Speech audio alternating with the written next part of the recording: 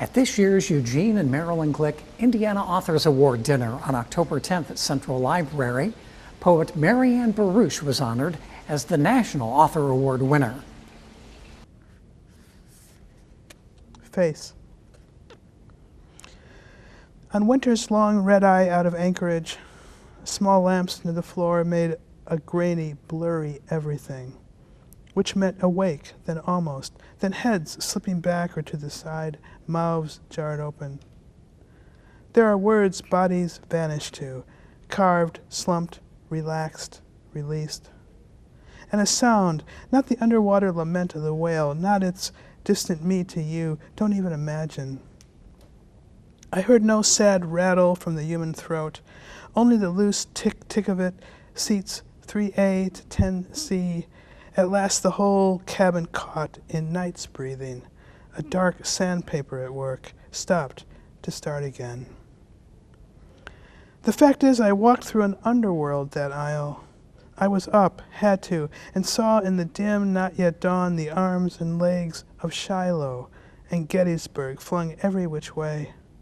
Then past that easy horrific, those strangers merely out, gone out, curled to each other, love in the abstract, love how it never comes on purpose, no one arranging a face to please or to frighten into love, just a simple forgetting who is who, and if ever.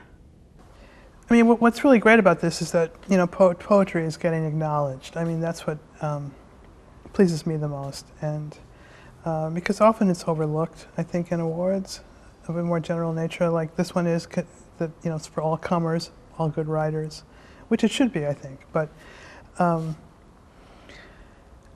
I think also this particular award, which you know, aids and abets writers and readers, and, you know, a grant is given to the local library, is, and in my case, I'm splitting that because I live in a twin city, Lafayette and West Lafayette.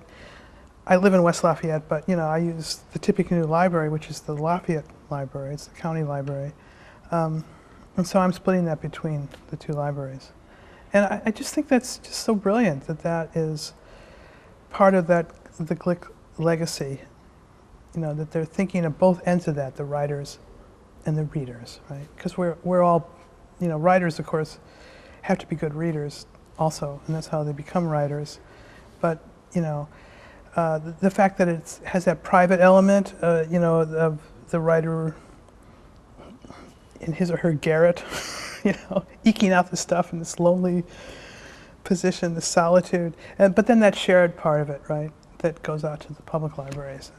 And in this country, you know, the public library tradition is so strong and so great, really. The evening's gala celebrated authors in many other categories as well. Poet Adrian Matejka was honored as the Eugene and Marilyn Glick Indiana Authors Award Regional Author winner. Battle Royale. Back then, they chain a bear in the middle of the bear garden and let the dogs loose. Iron chains around a bear's neck don't slow him too much. A bear will always make short work of a dog.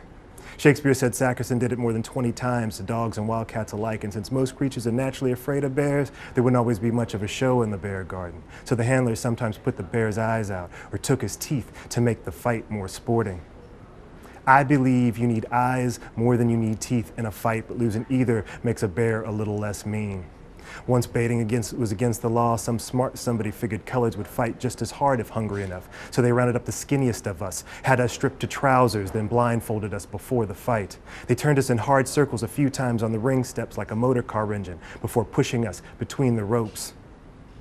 When the bell rang, it seemed like I got hit from 8 directions. I didn't know where those punches came from, but I swung so hard my shoulder hadn't been right since, because the man said only the last darky on his feet gets a meal. It was only a matter of time before poets took over. I'm kidding. No, it's, you know, it's great because poetry is always sort of the caboose of literature. It's the thing that it's the hardest to understand in school. It's the thing that sort of is most condensed in its audience. The thing about poetry readers and writers are they are elegant, really terrific, imaginative people who have decided that what they want to do is try to say something in a small space. That's the only difference, really, between the people who appreciate poetry and the people who won't get near it but will read the longest novel ever. It's a matter of concision. This year's Emerging Author winner was chosen from among 3 finalists.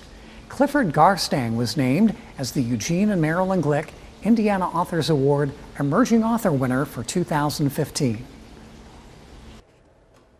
It is the middle of the night, a dark, moonless night, when a man, a small man, who, though past 40, has never been as fit as he is now, his days filled with running and the endless lifting of makeshift weights, removes a painting from the lobby wall. He intends to be noiseless, but the painting is large, an awkward size that exceeds one man's grasp, and a corner of the canvas bumps the wall. In the apartment behind the wall, another man stirs in his sleep, not knowing what has disturbed him. The man wakes, listens, tries to focus his hearing to tune out the city, the distant sirens, the rumble of night traffic on nearby New York Avenue. When there is only silence, no imminent threat he can discern, he drifts back to slumber.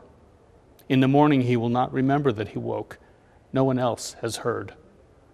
I see a lot of young writers who right out of college maybe, or they go to graduate school and then immediately start writing. And part of me thinks, gosh, I wish I had started 20 or 30 years ago.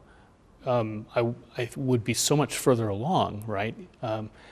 But on the other hand, I do have a lot that I've seen and a lot that I've done, and I feel like I have more to say than I did 30 years ago. So I think it was necessary. And I had a great career, I had some great jobs and went to some great places. And so every day when I sit down to write, I have a store of ideas. I haven't run out yet.